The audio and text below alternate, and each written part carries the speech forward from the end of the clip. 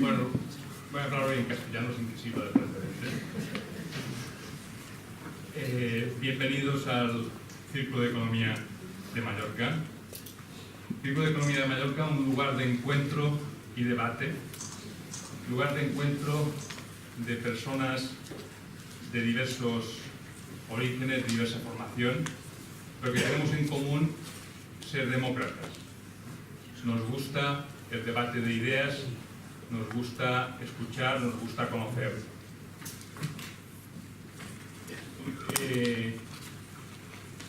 Esto es importante porque nos damos cuenta que una sociedad que es capaz de debatir, que es capaz de escuchar, que es capaz de consensuar, es una sociedad que llega más lejos.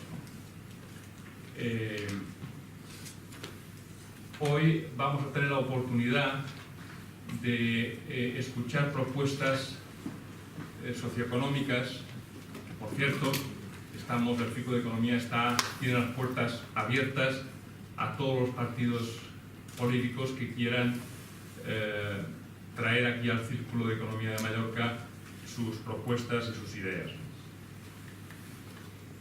Debemos admitir que estamos deseosos de escuchar a Jordi Sevilla para que nos dé argumentos, que nos dé ideas que aclaren, que nos permitan aclarar que es erróneo el concepto de que los gobiernos de derechas crean riqueza y los gobiernos de izquierda la redistribuyen. Para nosotros lo importante es que haya gobiernos honestos, transparentes, que sean capaces de atender las necesidades de los ciudadanos, en este caso de las Islas Baleares. Y es que estamos en una comunidad autónoma con una deuda de 9.000 millones de euros, con unos presupuestos cuyos intereses de esta deuda superan el 20% del presupuesto. Cualquier empresa privada estaría al borde de la quiebra. Con el gobierno del señor Antí, que está por aquí hoy, y con Carles Manera, y la modesta colaboración del Círculo de Economía de Mallorca, y tras muchos años de competencias sin una financiación, digamos que decente, en el año 2009 se alcanzó la financiación media de las comunidades autónomas. Aún así, y desde hace muchos años, tenemos el dudoso honor de tener el gasto por habitante más bajo de todas las comunidades autónomas, por lo que se refiere a salud. Por ejemplo, Extremadura dedica un 25% más que nosotros, y educación, donde Castilla gasta un 15% más, el País Vasco un 50% más. Pero bueno, como juega otra liga, nos parece que es otra cosa, ¿no? La sociedad civil balear y desde luego el Círculo de Economía de Mallorca reclamamos, señor Sevilla, reclamamos con una sonrisa, pero con absoluta seriedad, con absoluto convencimiento de que necesitamos un nuevo sistema de financiación autonómica que sea más justo, que sea más transparente, que sea más previsible, que contemple lo que es la ordinariedad, lo que es el coste insular, en definitiva, que nos permita hacer algo más que sobrevivir con la deuda que tenemos, ¿no? Deuda que, mientras tanto, no estaría de más que el gobierno que salga el 20 de diciembre, sea cual sea, asumiera parte de esa deuda. En realidad, parte de esa deuda es como un complemento de financiación de la sanidad y la educación. Esta es la realidad. Dado que las transferencias no responden, no son suficientes. Y además estamos aportando el 6% bueno, depende de quién lo mire, pero como mínimo el 6% del PIB a otras comunidades para que gasten un poquito más que nosotros. También pedimos respeto por las inversiones en materia de inversión estatal y un régimen especial para insular. Y me estoy alargando un poquito, pero es que quiero aprovechar las circunstancias para que dentro de poco pueda ser útil, ¿no? En otro orden de cosas, decir que en el Círculo de Economía no solo estamos pensando en cómo deberían ayudarnos desde el Gobierno de Madrid, sino que estamos convencidos que desde aquí podemos hacer algunas cosas, ¿no? Una campaña decidida y eficaz contra el fraude legal e ilegal, que deberíamos ser ayudados desde Madrid, y un plan decidido para una mayor eficiencia a partir de un buen diagnóstico y la introducción de indicadores de gestión que puedo decir que la Consejería de Hacienda y Administraciones Públicas está absolutamente decidida a hacer su parte del trabajo, ¿no? Pero también pedimos ayuda a Madrid, ¿no?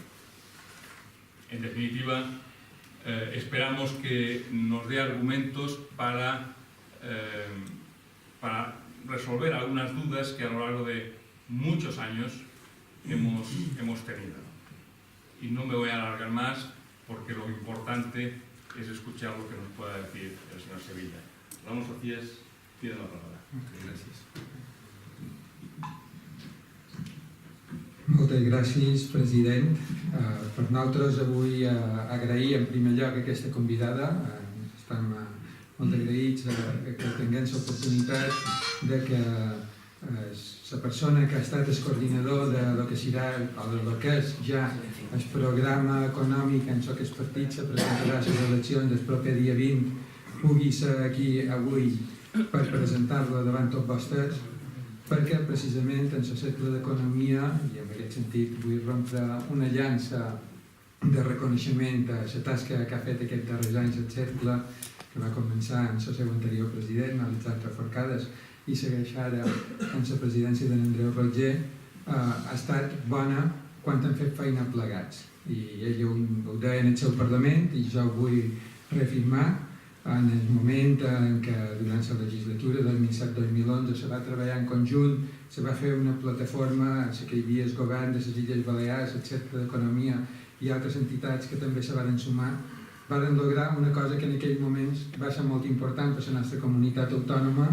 com era aconseguir el manco arribar a la mitjana del finançament estatal. Jo crec que això va ser una primera fita, però no ha de ser més que la primera fita, n'hi ha d'haver més, i en aquest sentit, aprofitant aquesta convidada avui, jo també vull convidar la gent del Cercle d'Economia a seguir fent feina plegats per aconseguir millor finançament per a aquesta comunitat autònoma, que nosaltres, que després ho dirà en Jordi, el duim en el programa, una millora, un sistema de finançament nou per totes les comunitats autònomes, però en el cas nostre que faci també referència específica en els problemes afegits que té l'insularitat, tant en la millora de la connectivitat com en les tarifes planes en els vols entre illes, però també a lo que és la possibilitat de ser competitius amb altres comunitats autònomes en quant a els costs logístics. Els nostres empresaris, evidentment, tenen un doble cost a l'hora d'importar la matèria prima i després a l'hora d'exportar els productes manufacturats, que passa pel transport majoritàriament en vaixells. Nosaltres aquí no tenim tren, no tenim autopistes, els nostres trens i les nostres autopistes són els ports i els aeroports. Per tant, aquesta millora en la connectivitat ha de servir també per donar millor competitivitat a les nostres empreses. És cert que estem en un moment en què se comencen a notar certes millores mínimes en el que són els indicadors macroeconòmics, però que la recuperació econòmica no arriba a tothom. No arriba a tothom i de cada vegada se fa més gran l'encletxa que hi ha entre les persones que tenen manco i les que tenen més. Hi ha moltes persones que viuen en el nostre país en aquests moments per davall l'umbral de la pobresa. Avui sentia per una ràdio que a Catalunya aquesta xifra ha augmentat ja fins al 26%. Famílies que estan en risc de caure en el nivell d'umbral de pobresa. Per tant, això no ens ho podem permetre si volem seguir sent un país desenvolupat.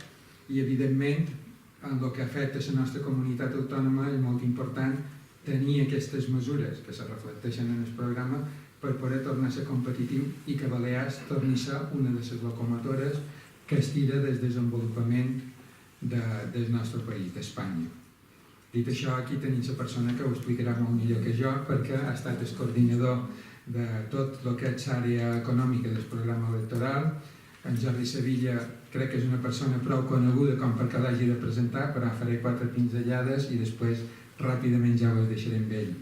Va néixer a València, un dia molt assenyalat pels valencians, va néixer el dia de Sant Josep, per tant, en plena festa major de les Falles. Això vol dir que és una persona que des del seu moment de néixer ja està basat a tot aquest enrenou que envolta la política i especialment a tot el que fa referència a la vessant econòmica de la política, que encara és que més renou sempre mou.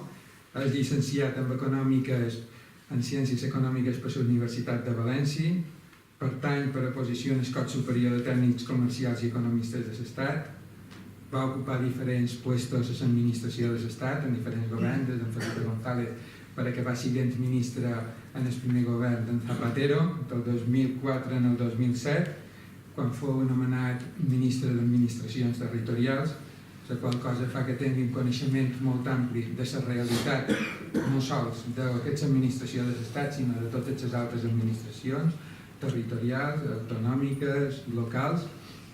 I en aquest sentit, durant el temps que va ser ministre, va impulsar l'EBEP, que és l'Estatut Bàsic de l'Empleat Públic, que ha estat l'intent més clar per fer una transformació de les administracions públiques. Jo crec que en aquest país l'intent de donar una millora en quant a qualitat de servei, de preparació, etc., és aquest, i aquí està. Jo crec que això ho té a la seva motxilla la part positiva. I també, evidentment, tota una part acadèmica i intel·lectual en faceta com a escriptor. Ha escrit diferents llibres, multitud d'articles en temes relacionats amb l'economia i ara, evidentment, i per això avui és aquí, ha estat el coordinador del programa econòmic del partit i ara ne farà 5 cèntims. Muy bien, muchas gracias. Buenas noches. La verdad es que, recordaba yo antes, yo estuve ya en una reunión de la conferencia que dictó el CERCLE hace unos 4 años, en una de mis reencarnaciones anteriores, en este intervalo en el que dejé la actividad política como nutritiva, no como preocupación, no como actividad intelectual o vocacional. Y me encanta volver ahora porque además entiendo y comparto la visión del CERCLE.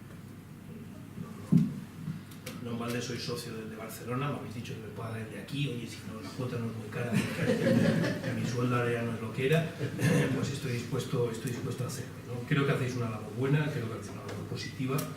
Una de las cosas que he aprendido estos años en los que he estado, digamos, en el sector privado, es que no es bueno el gap que existe entre el sector público y el sector privado en España, que existe y es muy grande, el desconocimiento mutuo es enorme. Y creo que el potencial que tiene esto que hemos dado en llamar la sociedad civil a la hora de aunar opiniones voluntarias y expresión de las mismas es muy grande y desde luego desde la actividad pública se agradece, ¿no?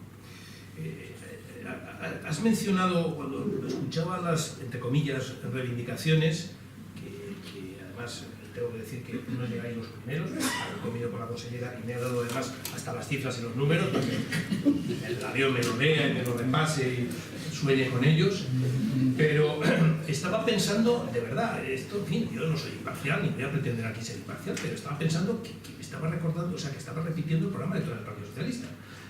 Por tanto, bueno, pues cuando hacías la petición de esto es lo que nosotros pedimos al gobierno que salga de las próximas elecciones, sea cual sea, es normal que lo hagáis así, pero tener claro que la respuesta de ese gobierno no será la misma, sea quien sea. Por tanto, atinar bien a la hora de elegir quién queréis que os dé la respuesta o quién creéis que os puede dar una respuesta más adecuada a vuestras preocupaciones y a vuestra demanda. Yo tenía pensado empezar por la conferencia que tenía preparada y dejar para el coloquio la pregunta de la financiación autonómica, pero como me da la impresión que esto no es una novela policíaca, que no importa empezar por el final y que no sé por qué he creído entender que alguna preocupación teníais al respecto, pues si os parece, empiezo por ahí, os comparto un poquitín mi visión. Yo he formado parte de dos procesos de negociación de dos modelos de financiación autonómica y si algo he aprendido es que, como se han hecho hasta ahora, las negociaciones de la financiación autonómica no pueden seguir haciéndose.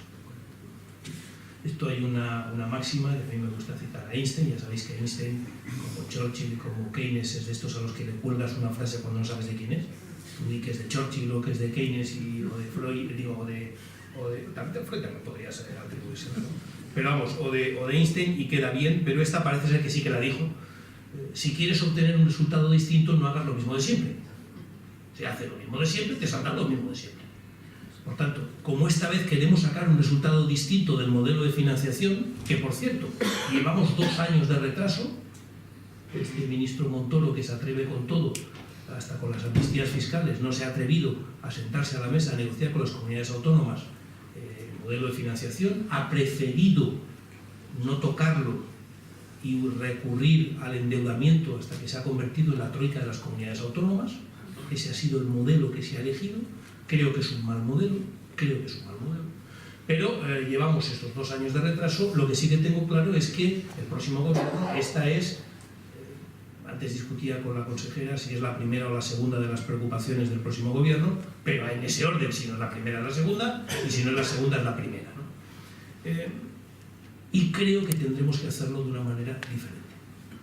Cuando digo de una manera diferente, quiero decir que el método del debate tiene que ser diferente, que las posiciones a defender tienen que ser diferentes y que los objetivos deberían de ser diferentes. Yo si tengo algo que ver con esa negociación, voy a pedirle a todo el mundo que cambie el chip.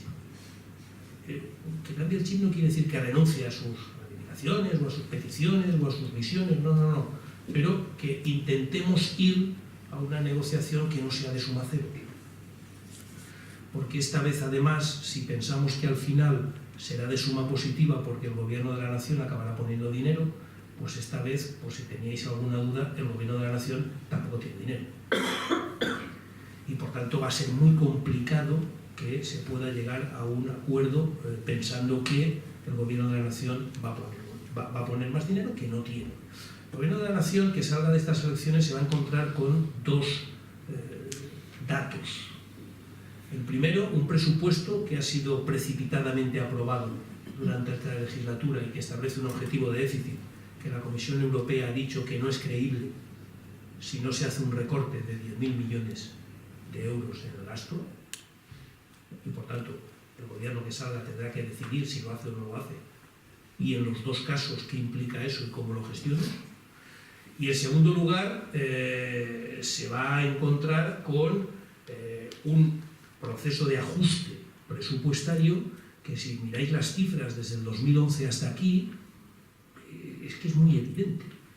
El gobierno central, el gobierno de España, Montoro, lo que depende de él, que es la Administración Central del Estado y la Seguridad Social, tiene hoy exactamente el mismo déficit que recibió en el 2011. En términos de porcentaje de PIB, más o menos, y en términos de millones de euros, exactamente el mismo, y esto lo dice la IGAE, la Intervención General del Estado. el ajuste se ha hecho en comunidades autónomas y en ayuntamientos, es decir, en políticas sociales, en sanidad y en educación. Esto quiere decir que si en la próxima legislatura decidamos lo que decidamos en el primer año sobre el 2,8 del primer año, seguimos manteniendo un calendario y una perspectiva de reducción del déficit a lo largo de la legislatura, que hasta Podemos acepta, acaba de presentar su memoria económica y reconoce que hay que hacer reducciones del déficit, seguramente ya han aprendido de Chipras y de lo que ha significado Grecia, el ajuste del déficit de la próxima legislatura solo se va a poder hacer en el gobierno central. Por tanto, todavía va a tener menos posibilidad de poner encima de la mesa los dineros que puedan ayudar a acabar con fondos, fondillos y fondescos de compaginar un apaño en la financiación autonómica. Por tanto, tenemos que hacer algo distinto. Algunas ideas tenemos el Partido Socialista, permitidme que no las desvele todavía porque la consejera tomará nota y todo, ya sabéis esto de que uno es dueño de sus silencios y esclavo de sus palabras, procuraré no ser esclavo de las mías, pero evidentemente el objetivo de un gobierno socialista que salga de las elecciones, esté yo no relacionado con él y con estas cosas, pues va a ser difícilmente otro que buscar un acuerdo que permita salvar la financiación autonómica, respetando algunos de los principios que hemos aceptado y hemos reconocido en nuestro programa, entre otros el de la ordinalidad, que está reconocido, incluso queremos llevarlo a la reforma de la Constitución, y un modelo en el que además, eso sí que ya es una opinión mía, deberíamos de ser capaces de, a la vez que firmamos el nuevo modelo de financiación, firmamos el fin del FLA, del Fondo de Liquidez Autonómica. Esto quiere decir que, como tú decías, la deuda va a tener que formar parte de la negociación del modelo de financiación. Tú has dicho que forme parte de una manera determinada, déjame que yo no me pronuncie al respecto, pero es evidente que va a formar parte porque creo que el FLA surge de una excepcionalidad histórica cuando los mercados estaban cerrados y el acceso a la financiación y a la liquidez más razonable y a veces casi único era el tesoro público.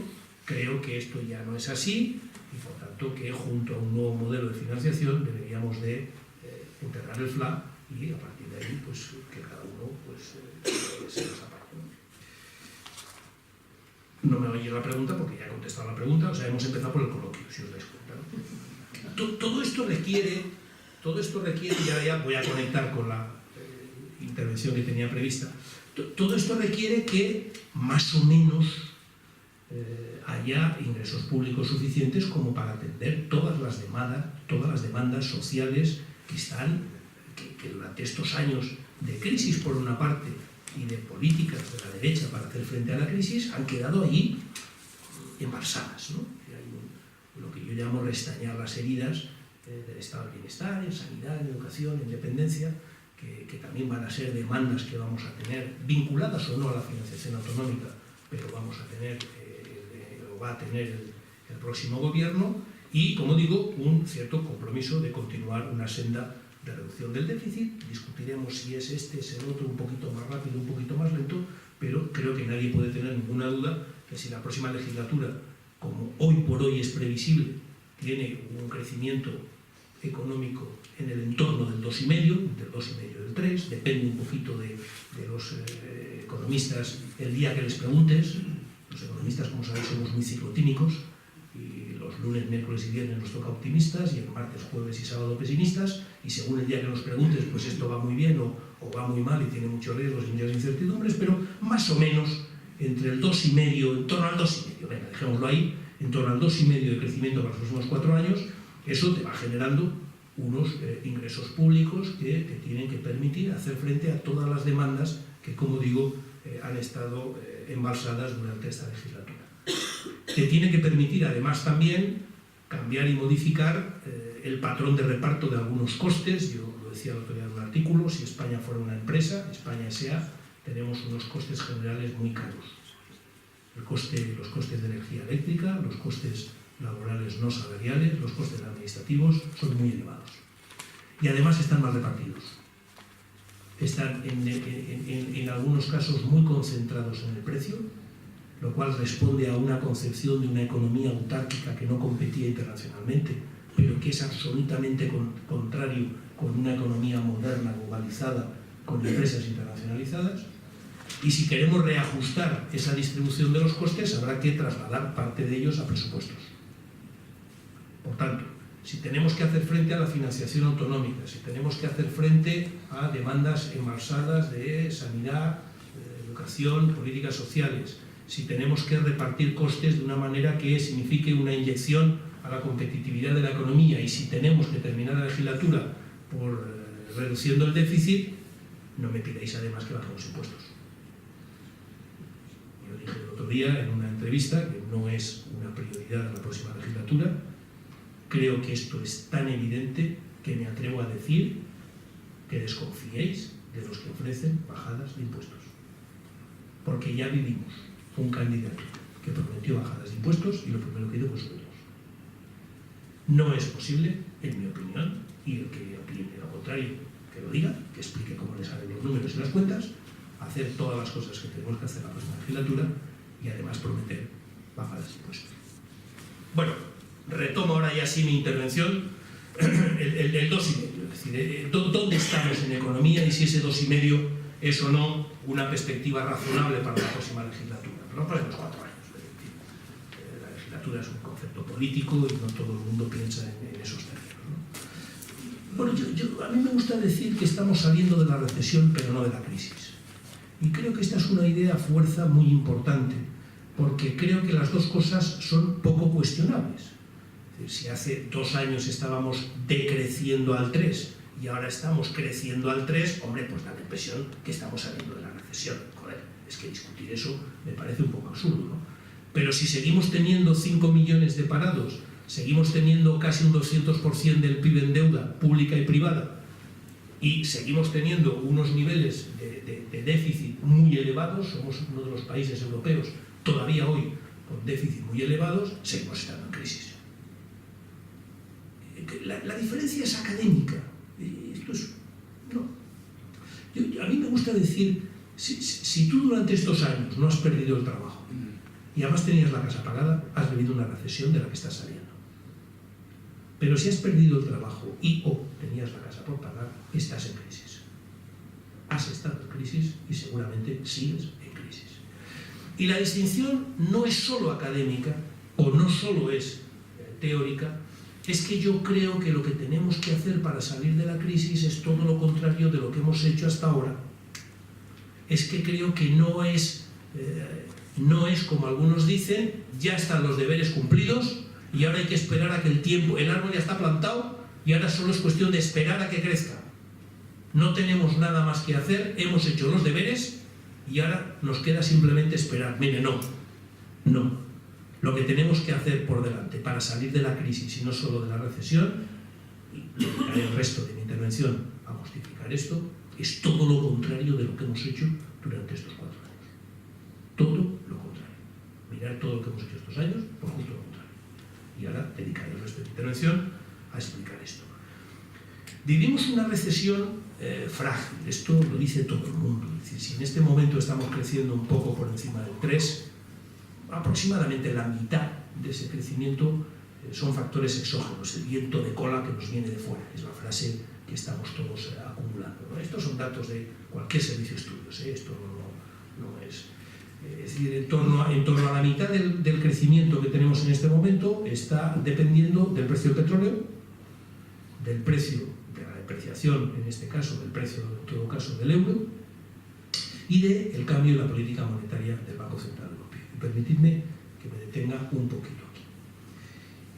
Porque es verdad que todos vemos que el Banco Central Europeo pues, está inyectando mucha liquidez muy barata, que está haciendo una serie de modificaciones en lo que es la política monetaria, en línea con lo que se está haciendo en Estados Unidos y en otros países, pero no sé si somos plenamente conscientes de los cambios que se han producido con el Banco Central Europeo y hasta qué punto eso está condicionando la recuperación que vivimos hoy en la economía española y en general europea, aunque sea débil. Y os pongo un dato.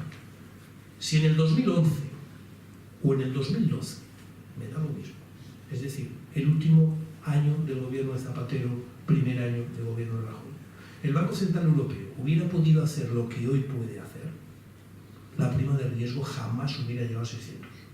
Jamás. Porque hubiera comprado deuda pública y, por tanto, no hubiera permitido que la prima de riesgo se disparara como se disparó. Y os recuerdo todo lo que significó el dispararse la prima de riesgo.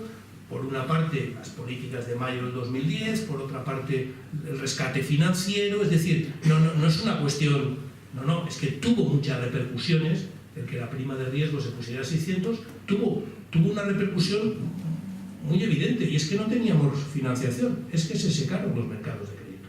Un país que tenía 300.000 millones de deuda extra del exterior y que necesitábamos refinanciar esa deuda y no teníamos dónde. Eso significa la prima de riesgo a 600, y eso no hubiera ocurrido si el Banco Central Europeo hubiera proporcionado entonces la financiación que hoy está dispuesto a proporcionar. Por tanto, el cambio en la política monetaria no es una cuestión de expertos, no es una cuestión de cosas abstractas de los economistas, tiene repercusiones muy evidentes, y el hecho de que hoy no podamos volver a estar en una situación en la que la prima de riesgo vuelva a estar a 600, porque ya nadie cuestiona el proyecto del euro que estuvo en cuestión. Aquí hemos vivido un ataque financiero internacional para ver la solidaridad que había entre los países del euro, en el fondo, para ver si Alemania estaba dispuesta a llegar hasta el final en apoyo del euro o no. Ese ha sido el ataque que hemos vivido, Grecia, Portugal, Italia, España, Irlanda, en parte Francia. Ver hasta dónde estaba dispuesta a llegar, cuál era el compromiso de Alemania con el euro, y no es una cuestión tampoco académica, maneja muchos miles de millones de dinero de ganancias o de pérdidas detrás de esta pregunta. Y en este momento, una vez ya, digamos, está razonablemente claro que, Alemania va a estar dispuesta a apoyar el proyecto del euro hasta donde haga falta, incluido hasta enfrentarse a algunos países y a algunos gobiernos, y por otra parte el Banco Central Europeo ha cambiado radicalmente su política monetaria y está dispuesto, como dijo Draghi, a hacer lo que tenga que hacer, y si he de comprar deuda pública, compro deuda pública, pero los mercados no van a volver a asfixiar a los países. Aquella situación no puede volverse a repetir en estas condiciones, se repetirán otras, pero no esta, y eso es lo que ha ayudado a tranquilizar un poco los mercados, a recuperar la financiación, a recuperar el crédito, y esto es lo que ha permitido el otro 1,5% de crecimiento de la economía. Porque claro, cuando vemos nuestro modelo económico, yo todavía me acuerdo de los primeros debates en los años finales de la legislatura Zapatero y principios de la legislatura Rajoy, sobre una cosa que se llamaba austeridad expansiva, es decir, apretarse el cinturón es lo que nos iba a hacer crecer. ¿Recordáis, no? Ahorrar era lo que nos iba a hacer crecer. Y en un modelo en el que algunos pensaron que esto era Alemania y que, por tanto, con una balanza comercial positiva íbamos a tener el crecimiento del PIB y la creación de empleo como la Alemania. Bueno, pues no somos alemanes, y no solo porque no hablemos alemán y además tengamos sol y otro carácter, es que el peso de las exportaciones y el sector exterior sobre la economía española pues no es el alemán. Y aquí hemos vuelto a crecer, hemos vuelto a tener tasas de crecimiento positivas, no cuando la gente ha ahorrado, sino cuando la gente ha vuelto a gastar. Cuando la gente ha vuelto a ir al Corte Inglés, cuando la gente ha vuelto a cambiarse de coche, cuando la gente ha decidido que, que ahora ya sí, la comunión de mi niño lo celebro fuera de casa. Porque es la demanda de las familias lo que tira del Producto Interior Bruto. Por una cuestión matemática, no ideológica. Es que es más del 60% del PIB. Y por tanto, un movimiento en ese sentido del consumo mueve el PIB mucho más que un movimiento de las exportaciones. ¿Y esto tiene algún interés práctico? Todo el del mundo. Porque claro, toda la política llamada de austeridad, toda la política de recortes, toda la reforma del mercado laboral que tenía como objetivo abaratar el factor salario, estaban pensados para un modelo alemán de crecimiento. Y nos hemos encontrado con que es totalmente contradictorio con un modelo de crecimiento que lo que necesita es demanda interna, consumo de las familias. Por tanto, hay ahí un error de diagnóstico claro, y solo por eso se justifica lo que yo he dicho de que los próximos 4 años hay que hacer todo lo contrario. ¿O alguien cree que los próximos 4 años vamos a tener que seguir atornillando el gasto social, vamos a tener que seguir atornillando el mercado laboral, despidiendo a más trabajadores, precarizando más el mercado laboral, reduciendo más los salarios? ¿Ese es el modelo? ¿Queremos un país barato, low cost? ¿Un país que compita internacionalmente por ser barato? Creo que es un error. Y creo que si nos vamos a competir, no por ser baratos, sino por hacer las cosas bien, y a competir en calidad, y a competir en talento, y a competir en valor añadido, cosa que, por cierto, es lo que hacen todas nuestras empresas que triunfan. Citarme una empresa española que no esté triunfando por eso. Todas las que se os vengan a la cabeza, que están teniendo éxito internacional, todas están apostando por un modelo de competir en valor añadido y en calidad, y no tanto en un modelo de hacer las cosas baratas. No están mal. Nuestras grandes empresas no son low cost, ninguna. Lo cual no quiere decir que el coste no tenga importancia, ojo, no estoy diciendo eso. Digo que tu posicionamiento de competencia no es el low cost.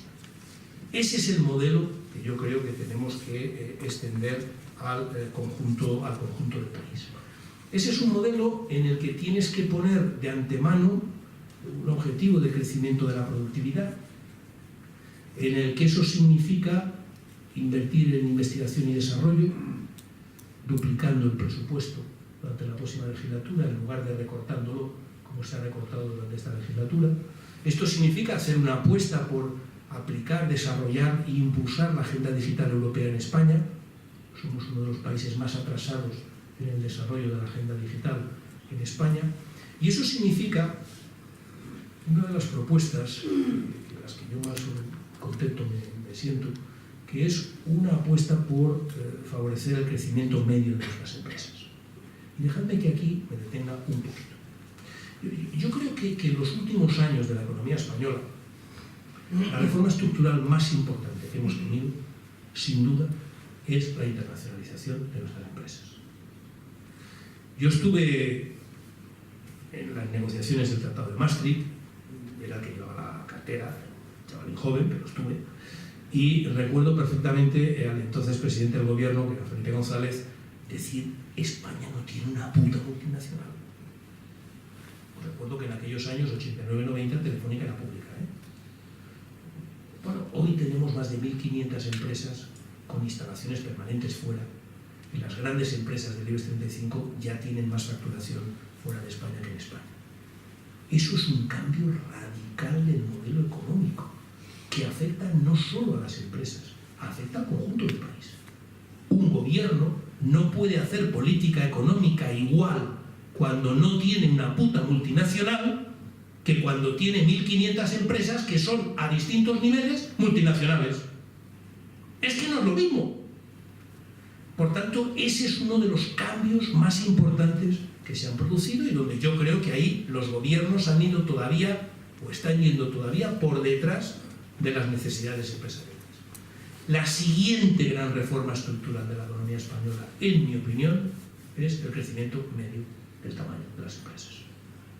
Mira, nosotros tenemos más o menos, el mismo número de empresas que Alemania, lo cual ya tiene medio, para todos estos que nos autoflagelamos de que los españoles no somos emprendedores. Oye, más o menos el mismo número de empresas que Alemania.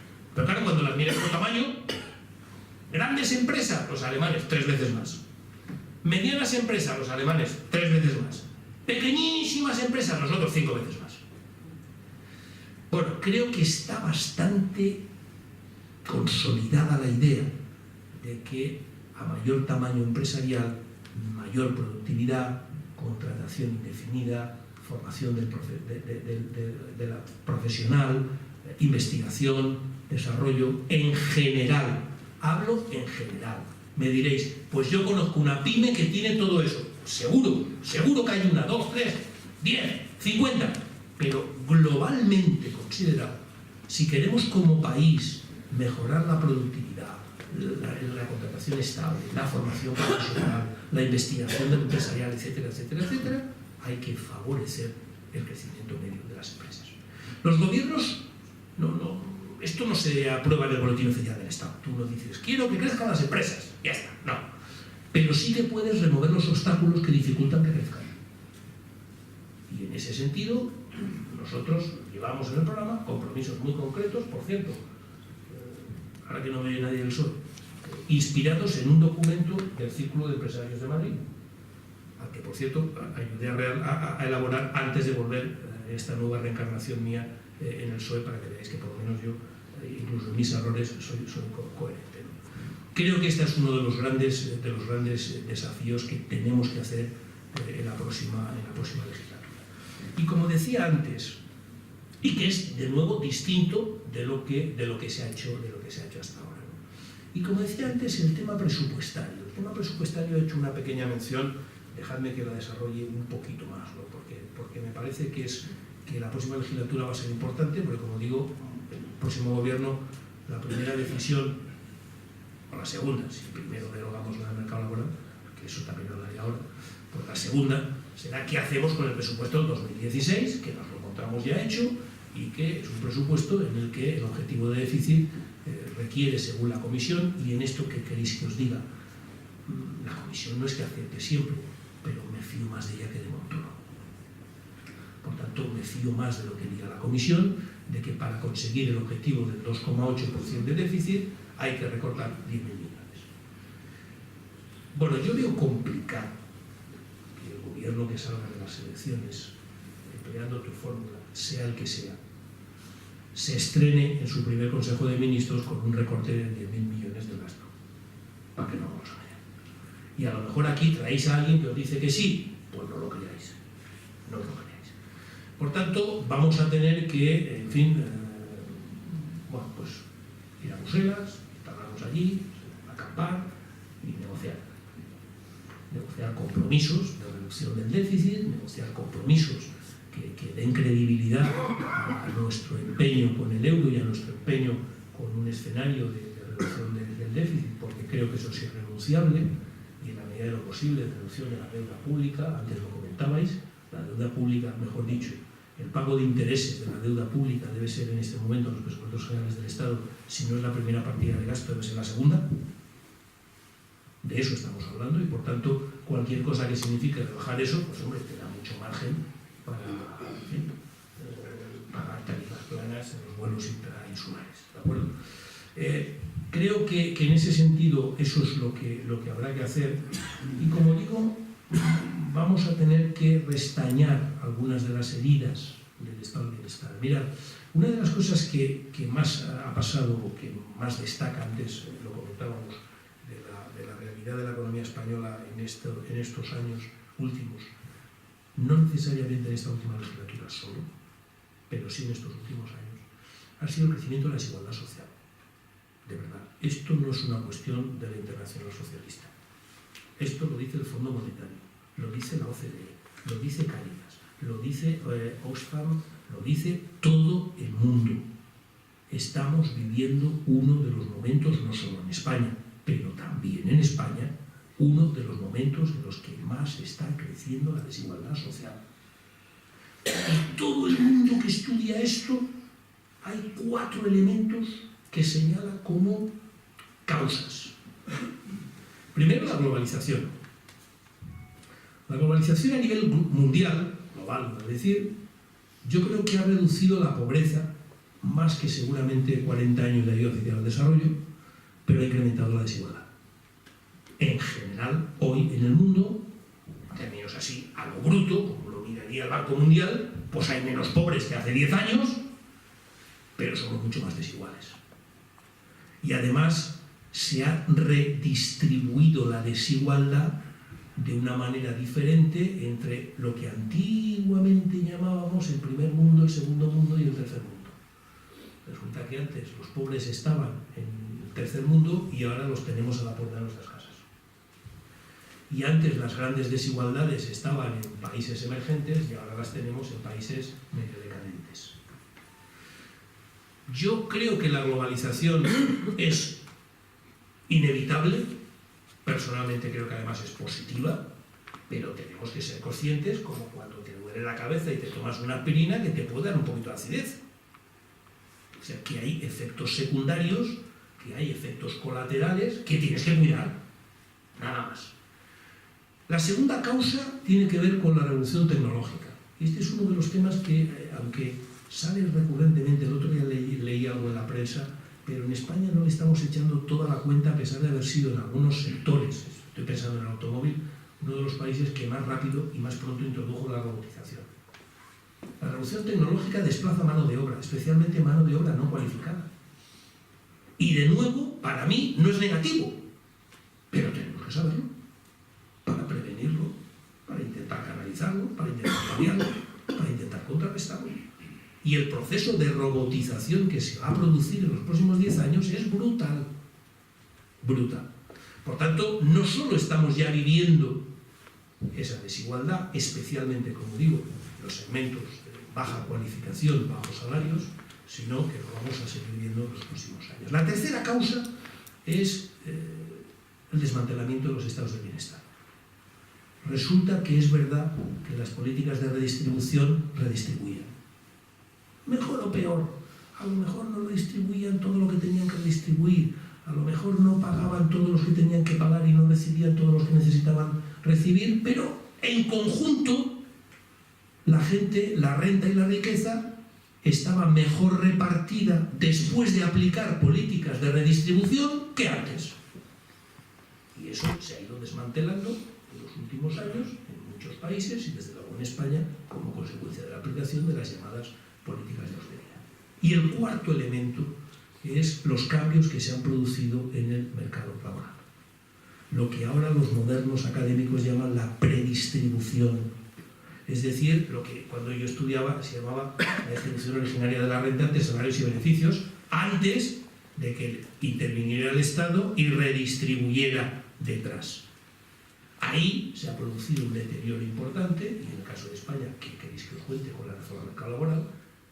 En contra de los salarios, a favor de los beneficios, y globalmente, y de nuevo me podéis decir, pues en mi empresa no, seguro, conozco un empresario que le va mal, seguro, pero globalmente se han producido unos cambios en las relaciones de fuerza, incluso desmantelando algunos mecanismos de negociación colectiva que hacían de contrapeso en esa llamada predistribución, y se ha generado ahí una desigualdad. Por tanto, esos son los cuatro factores que los que saben de esto y han estudiado y han hecho muchos estudios y análisis y correlaciones y al final concluyen que son los cuatro elementos que están detrás del incremento de la desigualdad. Bueno, pues tomemos nota, y si no queremos desigualdad, si no creemos que la desigualdad es algo bueno, hay quien piensa que es bueno, hay quien piensa que la desigualdad estimula el ingenio y que la desigualdad estimula al ser humano a competir y a mejorar y a superarse. Esto lo encontraréis en libros de intelectuales muy brillantes, y algunos de ellos tertulianos hoy en casi todas las cadenas de éxito de nuestras televisiones. Bien, los que no creemos eso, pues entonces intentemos revertir algunas de las tendencias que están llevando a esta mayor desigualdad, y como mínimo lo que tiene que ver con la reforma del mercado laboral y lo que tiene que ver con el estado del bienestar, en esto que yo llamaba restañar las heridas del estado del bienestar. Todo esto al final tiene impacto en el presupuesto. Todo esto al final se ve reflejado en políticas de gasto. Y eso se ve al final reflejado en políticas de ingresos y se ve al final reflejado en legislaciones sobre la reforma del mercado laboral. Donde, por si no os habéis enterado, el PSOE no quiere volver a la situación anterior. Cuando decimos que derogaremos la reforma, que en realidad lo que queremos en términos políticos es así, en términos jurídicos quiere decir que la sustituiremos por otra, claro. Uno piensa, bueno, la derogas y ¿cuál está en vigor? ¿Qué pasa, que no hay legislación laboral? No, es evidente que la sustituiremos por otra en la que hay una voluntad explícita de recuperar mecanismos de negociación colectiva, reequilibrar un poco más las fuerzas negociadoras entre trabajadores y empresarios de cómo han quedado después de esta última reforma, en la medida de lo posible manteniendo los elementos positivos de flexibilidad que hemos alcanzado y que me parece que son una de las grandes carencias de nuestro mercado laboral. Nuestro mercado laboral, desde al menos los años 80, estamos discutiendo cómo se entra y cómo se sale del mercado laboral, los sistemas de contratación y los costes del despido y las causas del despido, pero apenas si hemos hablado cómo se está 40 años dentro de la caja negra del mercado laboral. Bueno, eso ahí es evidente que hemos tenido un mecanismo que ha hecho que las tres grandes crisis de las que hemos vivido desde los años 70 hasta aquí, el mecanismo de ajuste ha sido el mismo: despedir. Somos el país que más paro genera por cada punto de crisis, por cada decrecimiento del PIB, el país que más paro genera. Hombre, tienen que ver muchas cosas, tienen que ver la estructura empresarial, el tamaño de las empresas y la legislación laboral. Por tanto, meter esto en el cóctel para que la próxima gran crisis, que vendrá, no tengáis ninguna duda, que espero que tarde mucho, pero vendrá, pues o menos pille preparaos y seamos capaces de no sacrificar a una generación o no sacrificar otra vez a 4 millones de trabajadores que son los que han sido despedidos durante esta crisis.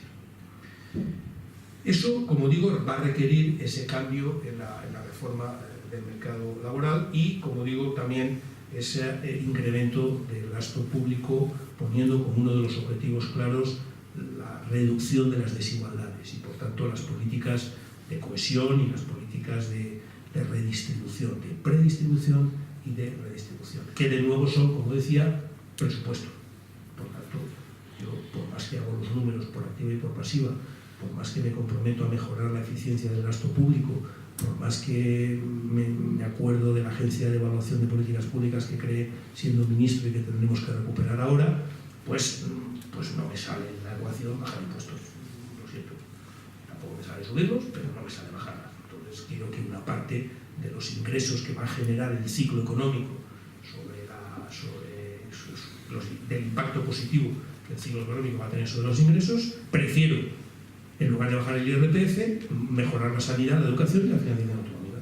Y esto es una opción política, legítima cualquiera de las dos, pero que no se os engañe, que se os diga con claridad y que, pues que cada uno decida qué es lo que prefiere. Voy concluyendo con una de las cosas que has dicho y que yo no pensaba hoy comentar, pero que, como tú lo has dicho, me das pie a ello, ¿no? El tema del fraude. Y no solo del fraude fiscal, fraude laboral, economía sumergida en sentido genérico. Yo creo que este es uno de los grandes retos que tiene este país y con el que hemos convivido más o menos pacíficamente demasiado tiempo y que ya ha llegado la hora de ponerle fin. Creo que la crisis ha agudizado el fenómeno y que si me lo invento, porque como esto por definición nadie sabe las cifras, pero en fin, si antes teníamos una economía sumergida del 20%, pues con la crisis hemos llegado al 25%, y bueno, sí, ya sé que las cifras lo pongo como ejemplo, tomarlo como ejemplo. Bien, yo creo que deberíamos de comprometernos a bajarlo al 15%, tampoco al 0%, porque esto tampoco es tan fácil, pero sí que bajarlo al 15%. Creo que esto además forma parte de un ejercicio de moralidad de país. Creo que hay que reforzar todos los mecanismos de lucha contra la corrupción política, pero también contra la economía sumergida y contra todo lo que representa no cumplir con las normas y con las obligaciones comúnmente aceptadas. Creo que esto además garantiza o refuerza la equidad horizontal. A los que pagamos impuestos porque no nos queda más remedio que nos lo retienen con retenciones, nos molesta mucho si a ti te quitan más o menos que a mí, pero lo que más nos molesta es lo que no le quitan. Y tú antes lo decías, lo he tomado el fraude legal e ilegal. En este país, en el tema fiscal, durante mucho tiempo, y seguro que los que estáis aquí y os dedicáis a esto os ha pasado, llevamos muchos años hablando de los problemas de la doble tributación, ¿verdad? Este es un tema que os suena mucho, ¿no? Y en realidad el problema de verdad es el de la no tributación. No el de la doble, el de la no tributación, los que no tributan, algunos de ellos legalmente. Creo que este tiene que ser un reto de país. Esto no es solo una cuestión de un gobierno, esto es un compromiso de pactos sociales, de acuerdos institucionales, comunidades autónomas, gobierno central, ayuntamientos y en algunos casos Guardia Civil. porque no estoy hablando de el fontanero con IVA o sin IVA. Estoy hablando de los polígonos industriales que tienen naves industriales donde entran y salen camiones todos los días y todo es ilegal. Y ahí me temo que habrá que ir con la Guardia Civil. ¿Vale? Bien, pues si hay que ir con la Guardia Civil, pues se va a la Guardia Civil. Pero creo que hay que poner freno a ese tipo de actitudes y de comportamiento. Bueno, de una manera quizá más deslavazada de la que yo tenía previsto, pero estas son las ideas que están en el programa con el que nos presentamos a las próximas elecciones, y cuando legalmente se pueda, que no sé cuándo es, pero en fin, os pediremos el voto. Yo no he venido aquí a pedir el voto, he venido aquí a intentar explicar cuál es mi visión de la situación de la economía española, de sus carencias, de sus necesidades, de lo que habría que hacer, que casualmente coincide en el 70% con la visión del Partido Socialista. No en balde, pues evidentemente pues he coordinado el programa económico. Yo creo, y termino con esto, insisto tanto en terminar, porque a las 8:30 me diré que si no pierdo el avión. Insisto, termino con lo de el gobierno, el programa. Mirad, yo creo que este es un país lleno de oportunidades. Creo que este es un país que lleva circulando demasiado tiempo, y de verdad que aquí no he dicho que no voy a pediros el voto, por tanto no lo leáis en términos de partidos políticos. Yo he sido muy crítico con mi partido, y de hecho he vuelto porque creo que con Pedro Sánchez hay un cambio, y creo que representa el cambio. Pero este es un país que ha ido con demasiados frenos de mano puestos, que hemos salido a competir en una carrera, en un FE, en un Fórmula 1, que es la globalización, pero nosotros hemos ido poniéndonos barreras a nosotros mismos, frenos de mano, y poniendo obstáculos y dificultades, ¿no?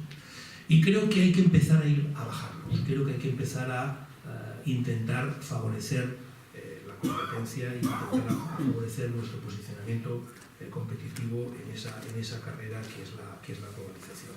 Creo que eso significa muchos cambios y muchas reformas. Algunos de ellos cambios económicos, otros sociales, otros institucionales, otros culturales, otros que tienen que ver con la Constitución, otros que tienen que ver con la educación, otros que tienen que ver con la manera de hacer política. Y creo que casi todos esos cambios van a requerir pactos y acuerdos. Y casi todos esos cambios van a requerir sociedad civil. Van a requerir que desde fuera de lo que es el propio Parlamento se apoye, se instigue, se fomente, se critique y también se aplauda el que haya acuerdos en torno a esos asuntos. Yo creo que eso es lo que tenemos que ir introduciendo como la forma normal, necesaria y útil de hacer política en España en estos próximos años. He dicho necesaria y útil. No, joder, qué putada que voy a tener que pactar porque no tengo mayoría suficiente. No. Qué bien que aunque tenga mayoría suficiente voy a tener que pactar, porque si no, no voy a sacar adelante la reforma de la educación, o no voy a sacar adelante la reforma de la Constitución, o no voy a sacar adelante medidas para incrementar el tamaño de las empresas, o no voy a ser capaz de pactar un acuerdo sobre la financiación de la sanidad para los próximos 8 años. Por tanto, creo que esa idea, que no contradice el que haya visiones y opiniones distintas, el problema no es lo que piensas tú y lo que pienso yo, el problema es si podemos o no ponernos de acuerdo. Y yo creo que la clave es, defendiendo tú lo que piensas y yo lo que pienso, tenemos que ponernos de acuerdo en algunas cosas esenciales. Y creo que eso hay que incorporarlo, esté quien esté en el gobierno. Es verdad que el que está en el gobierno tiene más responsabilidad a la hora de lanzar estas iniciativas. No tiene toda la responsabilidad, pero sí más responsabilidad.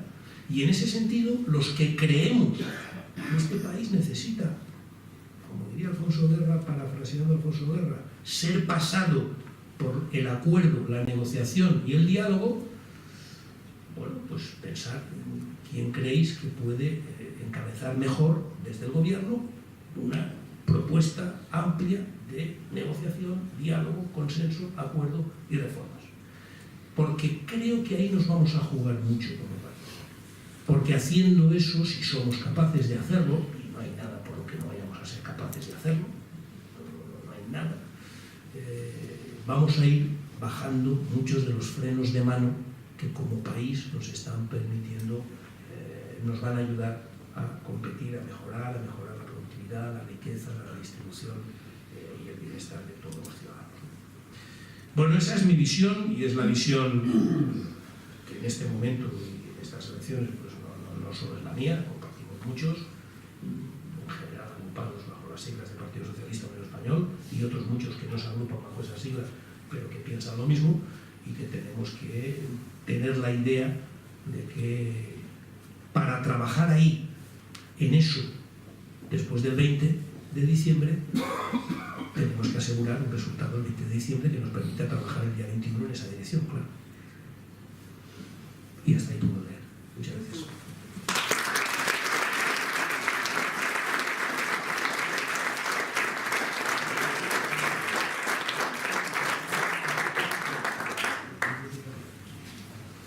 Muchas gracias. Ahora vuestro turno. Alejandro Forcadas. Jordi, en primer lugar, enhorabuena por tu intervención. Si tuviéramos más tiempo, haríamos algunas matizaciones únicamente para que veas que la enhorabuena es sincera. Alguna matización. Procurar con el principio de ordinariedad no caer en la trampa de los catalanes que después de presumir tanto hicieron la gran cagada en su estatuto, ¿no? Hay que leerse el libro de Borrell. Borrell fue mi enemigo durante 4 años, pero el libro de Borrell con gusto, es muy interesante, por lo tanto, te lo habrás leído, ¿no? Por lo tanto, tomar nota de lo que es el principio de ordinariedad. Después, absolutamente de acuerdo con el tamaño de las empresas y con la desigualdad. Hemos escrito públicamente en un artículo, en la prensa de aquí, cuando un debate del Estado-Comunidad, felicitando a Rubalcaba porque fue el primer político español que habló de la desigualdad. Pasa que la desigualdad es muy complicado y no se arregla con impuestos solamente, ¿no? Sino con educación, etcétera, etcétera, ¿no? Y también te felicito porque has sido el primer político español que quiero decir que no veo a Cataluña fuera del sistema común. Esto no lo ha dicho nadie. Hace falta ser valiente para decir esto, ¿no? También yo creo que es ser patriótico desde el punto de vista del constitucionalismo patriótico. Y después, para no olvidarme, voy a terminar hablando de federalismo fiscal. Pero quiero plantearte una pregunta que tú ya has contestado en el día de ayer en un periódico nacional.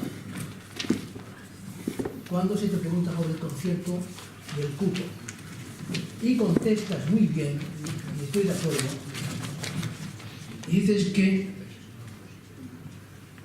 lo recalcularemos y que no veo ninguna ventaja de eliminarlo y en cambio muchos inconvenientes. El ciclo dará muchas vueltas y queremos exponerte cómo trabajamos. En el año 2009 preparamos cómo podía ser una negociación para reformar el sistema de financiación. En este esquema ya dijimos que nuestra propuesta sería posibilista y por lo tanto evitamos cambios radicales como Canadá y Alemania, el esfuerzo fiscal, hablar del concierto en aquel momento, etcétera, etcétera. Pero después ha llovido mucho y cuando Cataluña sacó el pacto fiscal, el CERCLA, con escándalo de mucha gente conservadora o despistada o de lo que sea, dijo, pacto fiscal, ¿y por qué no pide a Cataluña? No pide porque son singulares, son los que exportan más y los más solidarios. Perdón, pues si es por esto, Baleares exporta más que ustedes con el turismo y son los más solidarios, porque cuando ustedes se quejan del 9% y lo rompen todo, aquí hemos aguantado el 14 y el 18%. Y entonces, no hay dinero en España, ¿no? No hay dinero por España, pero hay mucha desigualdad, empezando por las comunidades. Y no explicamos por qué un vasco tiene una renta del 60% superior a la nuestra. Y ahí nos vamos al concierto. Es la Constitución, votamos la Constitución, respetamos la Constitución, pero hay gente competente, gente de fiar, que ha hecho artículos, que son académicos, que están en revistas tan poco sospechosas como Claves, que le dicen concretamente que con la forma de administrar el concierto nos quitan al resto de los españoles 4.000 millones de euros cada año. Y lo sacan punto por punto, primero porque, y esto es muy importante y grave, allí no hay nivelación. Es decir, el País Vasco no aporta nada de solidaridad. Y si aporta algo es por casualidad que es un 3%, un 2%, nada, bien que nada. Entonces, ¿cómo es posible que una comunidad española que ha de respetar la Constitución no tenga nivelación? No aporte nada. Por otra parte, cuando se evalúan las competencias estatales, pues hay una diferencia de 1.740 euros. Lo mismo con el IVA, etcétera, etcétera. Por tanto, nuestra posición es, en este momento, que esto hay que estudiarlo legalmente, si no pega España. Pero que, una de dos, si esto es verdad, pues que lo recalculéis mejor, cosa que, hijo mío, tengo mis dudas después de tantos años de calculado mal, o que el Estado ponga 4.000 millones cada año para el resto de las comunidades. Y sobre todo, haciendo vosotros un esfuerzo, ya que hablamos todos de federalismo fiscal, para ver cómo se casa un Estado federal con un cupo, y sobre todo, cuál tendría que ser la fiscalidad, porque aquí hay una trampa mortal para nosotros, que lo emplea la gente de buena fe. La trampa es la siguiente: bueno, ahora nosotros estamos trabajando diciendo, vamos a ver, el per cápita para sanidad, para educación y para servicios sociales tiene que ser el mínimo. Y después lo demás, pues cada cual que pague. Bueno, pero después vendrá la nivelación, y a Baleares se le llevarán todo. Por tanto, por favor, estamos dispuestos a colaborar. La experiencia con el gobierno anterior de Antip fue estupenda. Presentamos esto, lo aceptaron. Después nos fijamos en el objetivo de la media. En este momento la situación de Baleares es complicada. No podemos ir con Valencia. Si vamos con Valencia, vamos a bajar de la media. Y ahora estamos un 4% por encima de la media. Por lo tanto, cuenta con el CECLA y cuenta con la gente de aquí, cuenta con el gobierno del PSOE, porque no tenemos por qué no repetir la experiencia anterior, para conocer lo que piensa la sociedad civil, para hacer las cosas lo más posible. Y sobre todo, un poco de federalismo fiscal, si hablamos de federalismo. Ya que, evidentemente, con federalismo o con esa autonomía, una parte de los impuestos que pagamos han de quedar aquí. Y esto es en secreto. Y estoy cansado de decir que cuando hablamos de solidaridad dice, no, el Estado hace lo que quiera, lo puede redistribuir. Bueno, hasta una cierta medida seamos consecuentes con la distribución territorial. Y nada más, y perdón.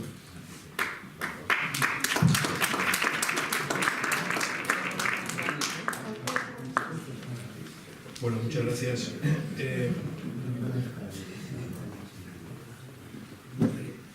Cuando me dicen aquello que tengo un lector, eres tú, ¿no? O sea, eres tú el que me lee. Tú lo sabes, ¿eh? Te lo agradezco. Sí, vamos a ver. Tres cosas relacionadas con la financiación, y bueno, ya he dicho todo lo que creo que puedo decir, ¿no? Yo simplemente recordaros que no conozco ningún sistema de financiación que no haya sido aprobado. No conozco ningún sistema de financiación que al ser aprobado por las partes nos haya presentado como este sí, este es el bueno, este va a terminar con todos los problemas, ¿no? Por tanto, no creo que los errores se hayan cometido adrede o a posta. A veces las circunstancias cambian. Antes comentaba la consejera, pues posiblemente sin crisis económica, pues el último modelo de financiación hubiera dado unos resultados muy diferentes. Y a lo mejor pues los que creyeron que aquel era un buen modelo de financiación, pues pensaban que en circunstancias normales podía haberlo sido, y luego las circunstancias han cambiado. Y bueno, pues como decía, en este caso, ¿a quién se lo atribuimos? Como decía Keynes, por ejemplo, cuando cambian las circunstancias, yo cambio de opinión. ¿Usted qué hace? Bueno, pues esto es lo mismo. Planteas dos cosas: el federalismo fiscal. Yo soy federalista, como siempre he contado. Yo formo parte de una cosa que se llamaba la Comisión Ejecutiva Federal del Partido Socialista, y luego he estado en una cosa que se sigue, bueno, que se llama también Comité Federal del Partido Socialista. Por tanto, Partido Socialista y federalismo pues no me asusta, ¿no? Es verdad que a veces nos pasa como al personaje de Molière, que hablamos en prosa sin saberlo.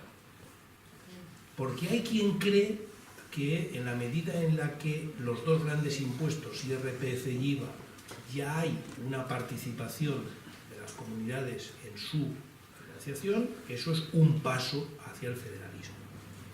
No digo que sea federalista, he dicho un paso hacia el federalismo. Y que posiblemente lo que falta todavía es el siguiente paso de que las comunidades pongan sus recargos para sus políticas y que a lo mejor ahí parte del debate o parte del problema está en un tejado que no es exactamente el del gobierno central. Pero eso nos llevaría por un camino en el que de nuevo el debate es muy interesante, pero la coyuntura es la que es y nos debería de llevar por otro camino. Yo creo en el federalismo clarísimamente, por ejemplo, en la agencia tributaria, creo en una agencia tributaria federal, en una agencia tributaria federal que no es la agencia tributaria del gobierno central en la que participan las comunidades autónomas. Eso no es federal, eso no es federal. Y creo que hay mucho camino que avanzar en este tema. En el tema del concierto y del cupo, yo de verdad que creo que me conozco razonablemente los argumentos de unos y de otros, pero ahí permitidme que me ponga tremendamente pragmático.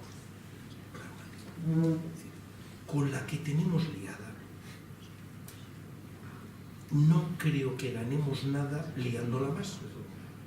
Honestamente lo digo, no lo creo. Y por tanto, cuando toque la revisión del cupo, que no sé cuándo toca, igual ya tocaba y no lo ha hecho Montoro tampoco, porque tarda mucho, pero en fin, tampoco, pues hagamos la revisión. Porque claro, de nuevo aquí, como he dicho antes, con los modelos de financiación, cada vez que se ha revisado el cupo, cada vez, tanto el gobierno vasco como el gobierno español que lo han revisado, han dicho que estaba asegurada la contribución a la solidaridad general de España. Por tanto, en fin, vamos a ir viendo los números y los datos en cada uno de los momentos. En todo caso, me quedo con la oferta, la acepto, la cojo y espero que me ayudéis, si falta hace, a convencer al gobierno balear en su momento. Lluís Quicles.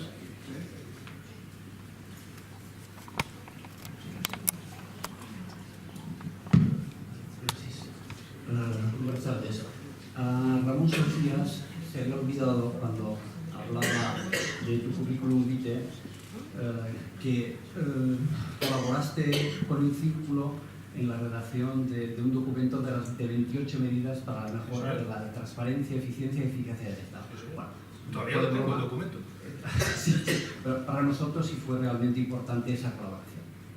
Y relacionando ese documento con la economía, uno de los puntos que aparecían en el documento era el que cada vez hay más interés, presión ciudadana, sociedad civil, para que haya una separación más clara entre lo que es el político que se dedica a la política y el técnico que se dedique a la aplicación práctica de esa política.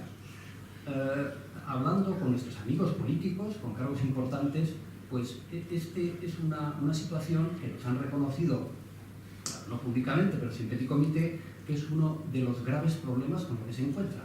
Es decir, que se arrastra lo que bueno, Podemos llama la casta, pero que es una realidad. Es decir, es una realidad porque realmente se ha venido funcionando así desde hace muchos años. Y eso, sin duda, es un lastre pues, también para el desarrollo económico. Jordi, ¿tienes algún plan pues, porque entiendo que es difícil, porque que las bases asuman que vienen ahí a dar su opinión, no a buscar un puesto de trabajo, eso es algo que en un sitio tan pequeño como Mallorca, pues esto tenemos cientos de ejemplos, ¿no? Es decir, ¿va a haber un plan ya decidido pues, para cambiar este status quo?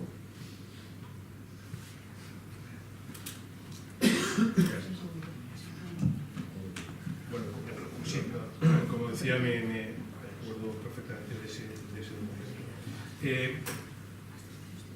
Aquí hay que hablar de la ley y de la práctica de la ley. Esto pasa como con el tema de las incompatibilidades, ¿no? Yo hice la ley de conflicto de intereses, donde se establecía las reglas del juego para esto que ahora se van a llamar las puertas giratorias, y yo creo que lo único que tienen de malo es que sean ilegales o que signifiquen algo relacionado con algún delito. Si no, no veo yo por qué uno no puede moverse dentro de la ley entre un sector y otro. Pero el problema es que no siempre, y es para que no nos escuche nadie y que no se habla de España, no siempre se ha aplicado, desde mi punto de vista, de una forma correcta. ¿Dónde está el fallo? ¿En la ley o en la aplicación? Porque si el fallo está en la aplicación, yo puedo decir que endurezco la ley y me dará lo mismo. Por tanto, no es solo a veces un problema de ley, de norma, sino de práctica, de cultura, de experiencia y también de presión ciudadana. Vuelvo a lo mismo, de presión de la sociedad civil. Yo creo que cuando lo miras con perspectiva histórica, la función pública en España ha representado, que los funcionarios como yo soy funcionario, lo ha dicho antes, tengan el trabajo asegurado, históricamente es un gran avance respecto a una situación del siglo XIX, donde cada vez que cambiaba el ministro, cambiaba hasta la ordenanza, todos los cargos, porque no había ninguna estructura permanente. El garantizar unos cuerpos profesionales cuyo sueldo no depende del ministro de turno, el ministro, cada uno saca las consecuencias oportunas, del alcalde, de tal, de cual, y que son estables, que le pueden llevar la contraria y no ser despedidos, es una garantía históricamente, estoy hablando, de independencia y de fortalecimiento de las instituciones. Eso yo creo que debe de seguir siendo así. Yo hice dos cosas para ese juego. Yo el juego del político y del técnico, que como tú lo has dicho, siempre me siento incómodo porque lo he dicho muchas veces, yo siempre me he sentido percibido por los políticos como demasiado técnico y por los técnicos como demasiado político. Y nunca he estado en mis 30 años de relación con las administraciones públicas, desde un lado y desde otro, nunca he estado en una reunión en la que en un momento determinado alguien dijera: oye, ahora iros los técnicos que lo que viene es político, o iros los políticos que lo que viene es técnico.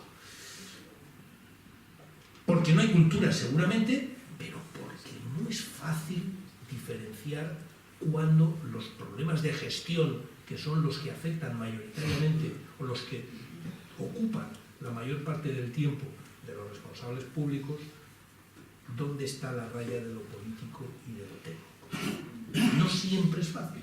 Hay casos en los que es evidente: oye, yo decido hacer aquí una carretera, hostia, el ingeniero que me diga exactamente cuál es el mejor camino. Bien, de acuerdo. Y aún así habría que ver. Pero bueno, dejémoslo ahí. Pero en otros muchos casos no es en temas impositivos, por ejemplo. ¿Cuáles son los dos mecanismos que yo puse en marcha? Primero, la ley de agencias, que la acabaron de derogar hace escasamente un mes. ¿Por qué? Porque yo sí que creo que hay que fortalecer la parte de la decisión política en determinados asuntos. Los impositivos podría ser un ejemplo, pero luego la parte técnica de, oiga, yo decido quién paga IRPF, cuándo y en qué condiciones. Decisión política. Parlamento político. Ahora, cobrarlo, oiga, que lo haga un técnico. Entenderme en qué sentido lo digo. Por tanto, creo una agencia especializada que se ocupa de hacerlo, a la que someto un contrato programa, a la que le exijo resultados, a la que le exijo eficiencia, a la que vinculo una parte de su retribución a lo que pueda obtener. Puedo negociar mucho con la manera de hacer. Generalizar ese modelo a mí me parecía una buena idea cuando era ministro, y por eso creé la ley de agencias. Me sigue pareciendo una buena idea.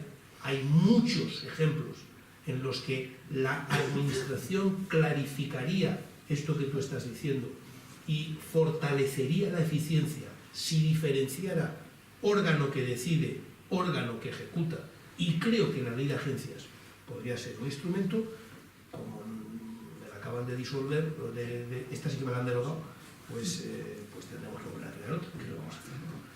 Y hay otro punto, ya más en el seno de las instituciones, porque yo he vivido de la ley Moscoso, de la reforma Moscoso del 82, que ya se establecían los límites hasta ser director general tenías que ser funcionario, había cargos de libre elección, pero algunos de ellos has de ser funcionario para ser elegido, otros puedes no ser funcionario. Ahí se intentó ya regular un poco el funcionamiento. Yo creo que esa división se podría mejorar si desarrolláramos lo que está en el Estatuto del Empleado Público, que es el Estatuto del Personal Directivo. Yo creo que la Administración en general tiene un problema de profesionalización en la gestión. Y creo que eso, yo siempre lo digo, es decir, para ti, para nombrarte director de la agencia tributaria, pues te podrán, como mucho, pedir que sepas de impuestos, pero nadie te dice si eres capaz de gestionar una empresa que maneja miles de millones de dinero y miles de personas a su cargo. Eso no lo hace cualquiera, por mucho que sepa de impuestos. Y eso no se pide, no se exige, no se forma. No hay, el INAP, el Instituto de Administraciones Públicas, apenas si da cursos de formación eso. Yo creo que regular ese estatus del directivo público ayudaría a superar en parte este debate y ayudaría a mejorar la profesionalidad de la administración pública. Y luego está la práctica, claro. O sea, yo con esa ley pones a dos personas al frente de un ministerio y una te lo podrá hacer de una manera y otra de otra.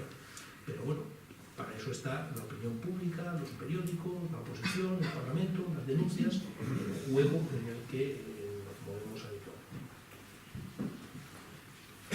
Vamos muy justos de tiempo. ¿Hay alguna última pregunta? Pensároslo bien, ¿eh? Bueno, yo voy a hablar sin micro. Yo creo que España, como todos los países occidentales, está instalada en una peligrosa dinámica por el envejecimiento de la población. Creo que leí correctamente que el PSOE por la parte de gastos no va a tocar nada, en cambio por la parte de ingresos será necesario lanzar algún instrumento. Este impuesto o nuevo impuesto que leí algo de esto, ¿puedes adelantarlo? Sí. Curioso, eso es una prueba más de lo democrático que es el Partido Socialista, porque yo intenté que no apareciera, pero los militantes a través de enmiendas me obligaron a que apareciera. Aquí hay quien tiene la fama de ser partidos abiertos, democráticos y participativos, pero otros llevamos muchos años ya haciendo estas cosas, ¿no? Y intenté que no apareciera, no porque esté en contra. Yo tengo un problema que no ha salido antes, y es que todos los domingos publico lo que pienso. Y como llevo ya 8 años haciéndolo y además de vez en cuando saco libros, pues soy esclavo de mis palabras, ¿no? Y yo creo que vinculándolo a la reflexión sobre el proceso de envejecimiento, solo con las cotizaciones sociales no va a ser suficiente para pagar las pensiones. Y además no me parece mal, porque ¿por qué tenemos que pagar las pensiones con las cotizaciones sociales? ¿Porque lo dijo Bismarck en el siglo XIX y Girón de Velasco en los años 50? ¿Por qué? La economía de hoy tiene algo que ver con aquella. La sociedad de hoy tiene algo que ver con aquella. Pero bueno, esto lo puedo decir aquí, si lo hubiera dicho en la conferencia de nuestro partido me cortan las orejas.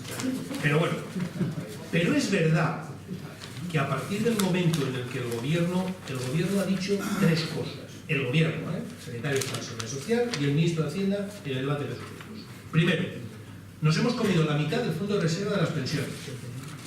Segundo, hemos multiplicado por 10 el déficit de la Seguridad Social.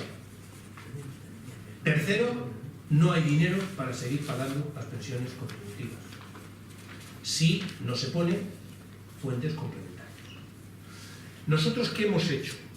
Aceptamos el debate, vamos a discutirlo en el seno del Pacto de Toledo y decimos, nuestro compromiso con las pensiones y con los pensionistas es tan fuerte, queremos tranquilizar tanto respecto a lo que va a significar la garantía del pago de las pensiones, que estamos dispuestos a poner en marcha un impuesto específico para financiar estas pensiones.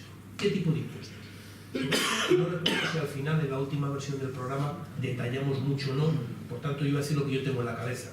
Me gusta más el IVA, me gusta más el modelo francés de contribución social generalizada. Me gusta más ir a buscar un modelo en el que una parte, siempre una parte, de la financiación de las pensiones esté vinculada a la riqueza global del país. Porque dentro de 20 años seremos más viejos, pero más ricos. Y por tanto me parece que da más sentido a un impuesto de ese tipo. Pero estamos hablando de algo que habrá que discutir en el Pacto de Toledo, que tendremos que negociar a lo largo de la próxima legislatura y que con un poquito de suerte, y si conseguimos que todos los grupos parlamentarios nos den la razón, pues entrará en vigor dentro de la segunda legislatura de Pedro Sánchez.